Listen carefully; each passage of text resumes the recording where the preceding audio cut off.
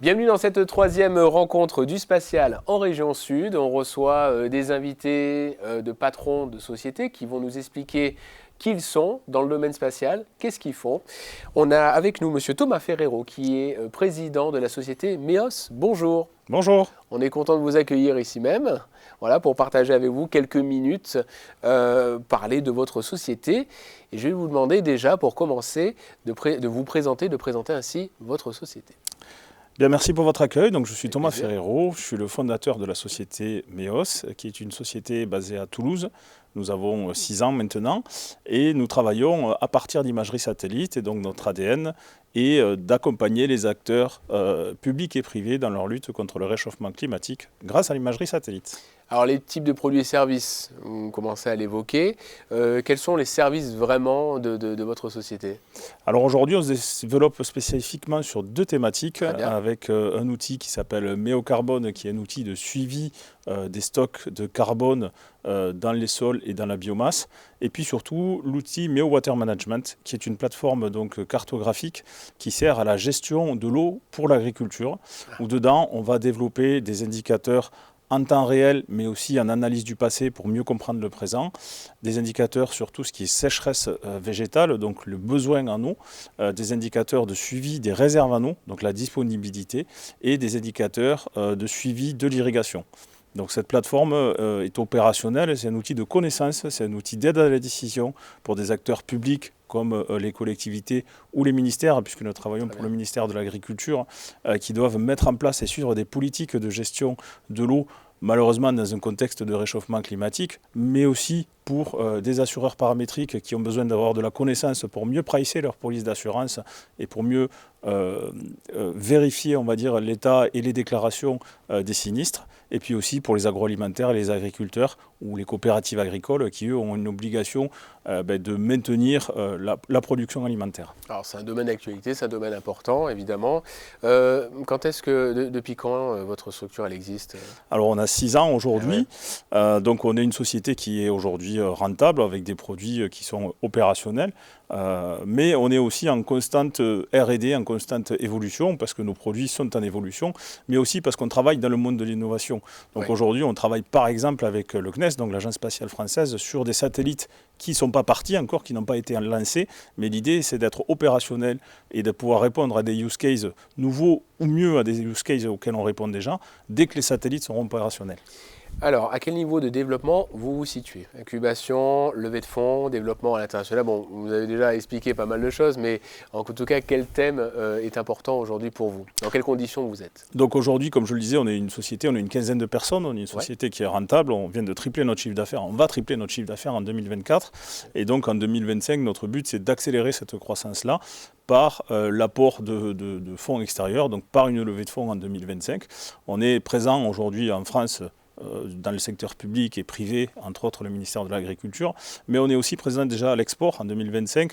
On continue ou on commence des projets à l'export. On sera présent, et on est déjà présent au Sénégal, on sera présent au Mexique sur des projets aussi, et puis en Éthiopie, et puis ailleurs, j'espère. Alors, au-delà de votre propre activité, comment percevez-vous votre valeur ajoutée dans le développement de la filière spatiale nationale ou régionale? Alors c'est particulier parce que nous, on se positionne à l'interface entre les agences spatiales et les utilisateurs finaux. Donc on a cette espèce de va-et-vient permanent où nous, on a un bras avec les utilisateurs finaux qui ne sont pas du monde du spatial. Et donc on est là pour récupérer leurs besoins, savoir vraiment quelles sont leurs préoccupations, voir comment le spatial peut y répondre, ça c'est notre métier. Et puis de l'autre côté, le côté spatial, sur qui on remonte ces besoins-là, et puis on finalise, on va dire, tout ce qui est recherche qui est faite avec les agences spatiales et les laboratoires. Et notre métier, c'est finaliser cette recherche-là et le transformer en service à valeur ajoutée pour des utilisateurs qui ont exprimé des besoins. Si je peux dire, on est presque le chaînon manquant entre la recherche spatiale et l'utilisateur final. Alors, est-ce que votre société contribue à la souveraineté de la France? Alors la souveraineté de la France, oui, mais pas que, je dirais. Et nous, on est plutôt, vous l'avez compris, sur la souveraineté alimentaire. Puisque si je vous prends l'exemple du Sénégal, on est sur un projet de monitoring de l'eau pour assurer la production alimentaire. Donc sur ces pays-là, donc on est vraiment sur ce domaine-là. Et on travaille aussi pour le ministère de l'Agriculture en France, puisqu'on cartographie les réserves en eau et les parcelles irriguées, pour être en capacité de mieux réagir aux crises en période de sécheresse, de manque d'eau, etc. Pour tout ce qui est production alimentaire, assurer les revenus, assurer les productions, voir qu'est-ce qu'on peut exporter, qu'est-ce qu'il va falloir importer. Donc cette souveraineté, elle est à ce niveau-là, je dirais. Donc on contribue au niveau souveraineté alimentaire. Les ambitions sur les 3 années à venir, alors vous avez quand même déjà beaucoup répondu à l'ensemble des questions. Quelles sont vos ambitions ?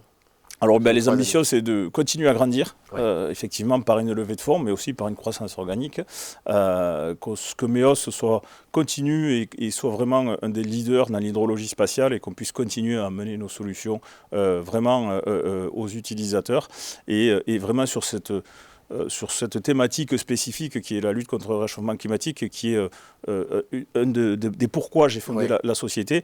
Et aujourd'hui, on se sent vraiment utile et opérationnel là-dedans. Donc on veut l'être encore plus en France et évidemment au-delà, parce qu'on commence à l'être. Alors si le bon génie de nos sponsors, CNES et Cannes, vous accordait un vœu, quel serait ce vœu pour terminer cet entretien ? Je vais dire le vœu qui est d'actualité, c'est-à-dire pour nous la levée de fonds qui va être forcément quelque chose de structurant l'année prochaine, on l'espère en tout cas, qui va nous permettre de croître, puisqu'aujourd'hui on est sur de la croissance organique, donc qui nous a permis déjà d'en être là. Maintenant on veut accélérer pour aller encore plus vite, pour accélérer notre recherche, pour avoir des produits de plus en plus performants, et puis aussi accélérer notre commercialisation, puisqu'on commence à être pas mal présent, on va dire, dans l'écosystème et dans les écosystèmes, et on souhaite l'être de plus en plus. Merci beaucoup, Monsieur Thomas Ferrero, qui est président de la société MOS, d'avoir pris quelques instants avec nous pour ces 3e rencontres du spatial en région sud. Merci beaucoup. À vous.